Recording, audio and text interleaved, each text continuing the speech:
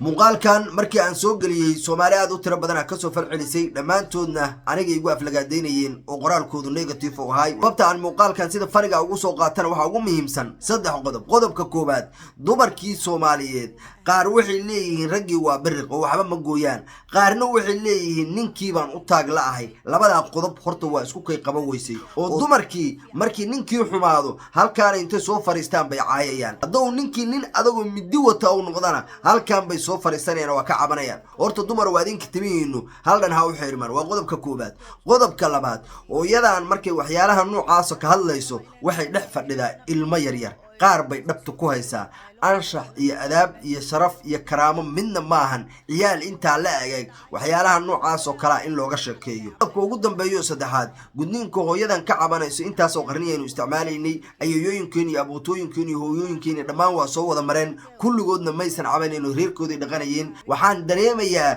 in hooyadan waxa ay sheegaysa la yiri sheeg oo hay'ado ay lacag ku cunayaan oo ay dad inji ooyaa ay muuqaalka noocaan hooyadan ka duubayaan hooyada intaan la eeg oo markaan qiyaasay 8 cunug ilaa 9 cunug dhashay inay tiraan ninkii 9ka cunug iga dhalay ayaan dhibsanayaa oo marka oo idamco inaan ka cararan niyeysanayaa dhagta inta gariye dhagta ka saarima waxyaalaha noocaas oo kalaana si adinku aadnan u fiirin ayaan u fiiriyaa marka kadib ayaan u isticmaalaa qaab faniya walaalkayga Soomaaliyeed markaad wax fiirsanaysid iska hubiyaan ku leeyahay